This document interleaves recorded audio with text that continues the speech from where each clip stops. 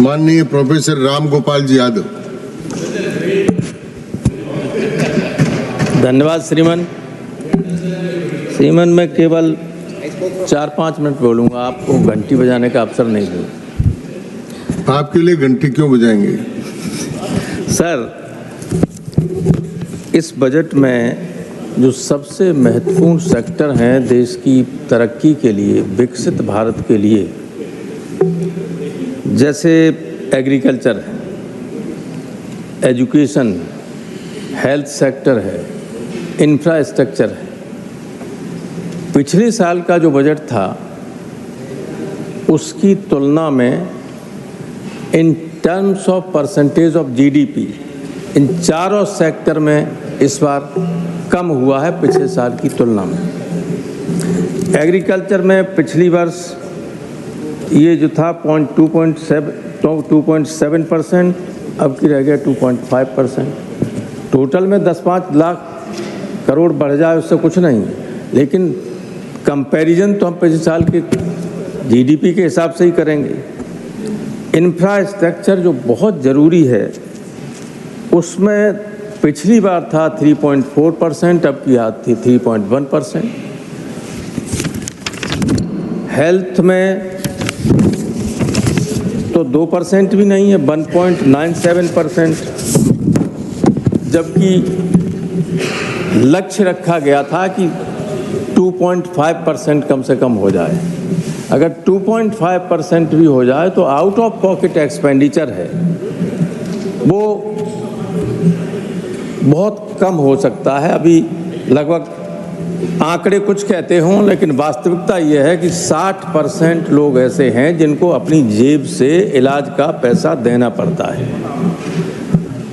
तो केवल इसमें अगर ये बहुत आवश्यक है, तमाम लोग, एक रिपोर्ट आई थी जब मैं 2-3 साल पहले कुछ लोगों को बुलाया था हेल्थ कमेटी में, एक्सपर्ट्स को, तो उन्होंने कहा कि 4-5% हर साल केवल बीमारी के इलाज पर पैसा खर्च करने की वजह से बिलो पॉवर्टी लाइन लोग चले जाते हैं। एजुकेशन में 6% का लक्ष्य था 20 में ही नई एजुकेशन पॉलिसी के, 4 है अभी %। जो सबसे महत्वपूर्ण सेक्टर हैं उनको अगर नज़रअंदाज किया जाएगा बजट में तो विकसित भारत नहीं बन सकता है। बात कितनी करें।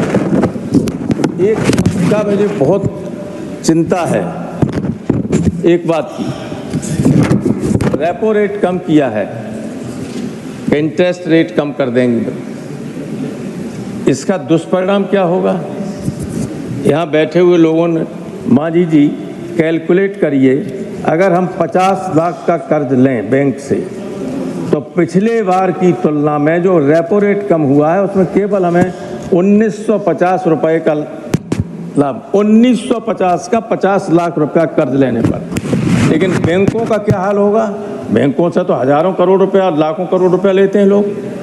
बैंकों का स्वास्थ्य बहुत खराब होगा। दूसरे, फिक्स डिपॉजिट में कोई जमा नहीं करना चाहेगा, बैंकों में पैसा नहीं जाएगा, बैंक कमज़ोर होती जाएंगी। आशंका लोगों को, अर्थशास्त्रियों को ये है कि अगर यही स्थिति रही तो बैंकें डूबने लग सकती हैं। और जो लोगों ने अपना पैसा जमा किया है, एक पैसा, आम लोगों ने, बड़े लोगों का तो राइट ऑफ भी हो जाता है, जो कर्ज राइट ऑफ हो जाता है, लेकिन जो लोगों ने जमा किया है वो बैंक का तो यह, रिजर्व बैंक ऑफ इंडिया की यह है कि आपका चाहे जितना पैसा जमा हो, अगर बैंक डूब जाए तो 1 लाख रुपया देंगे। चाहे 100 करोड़ आपका जमा हो, चाहे 200 करोड़ जमा हो, चाहे 50 लाख जमा हो, 1 लाख देंगे केवल। तो ये बहुत स्थिति ठीक नहीं है।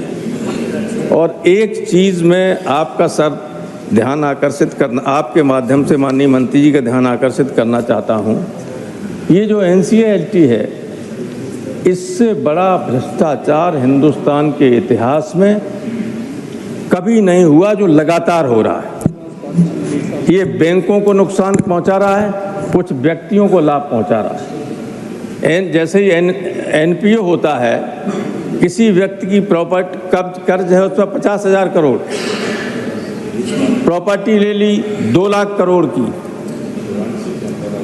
और नीलाम केवल की उसे 40,000 करोड़ में, तो 10,000 करोड़ तो हेयर कट में चला गया।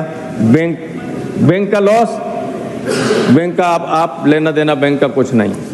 और जो 2 लाख करोड़ की जमीन थी या प्रॉपर्टी थी किसी की, वो किसी व्यक्ति विशेष को केवल 40,000 करोड़ में मिल गई। ये वित्त मंत्री और वित्त मंत्रालय के नाक के नीचे ये हो रहा है। मैं चाहूँगा आपके माध्यम से कि इस मामले की जांच करें कि किन किन लोगों ने प्रॉपर्टी NCLT के माध्यम से खरीदी है, एक्चुअल उसकी क्या वैल्यू रही होगी और हेयर कट के द्वारा बैंकों को कितना नुकसान पहुंचाया गया है। इस करप्शन पर रोक लगाने की ज़रूरत है। मैं पर्सनली कभी वित्त मंत्री का टाइम देंगी तो मैं कुछ ऐसे एग्जाम्पल उन्हें देंगे कि उन्हें आश्चर्य होगा कि ये क्या हो रहा है। तो मैं ज़्यादा नहीं कहना चाहता हूँ, अपनी बात यही कह के ख़त्म करना चाहता हूँ कि जो महत्वपूर्ण सेक्टर हैं उनका एलोकेशन बढ़ाया जाएगा। देश को विकसित करना है और ये भ्रष्टाचार को रोका जाए जो NCLT के जरिए लगातार किया जा रहा है, कुछ लोगों को लाभ पहुंचा रहा है। Thank you sir. धन्यवाद प्रोफेसर साहब। वीके न्यूज उत्तर प्रदेश उत्तराखंड, सच का सारथी।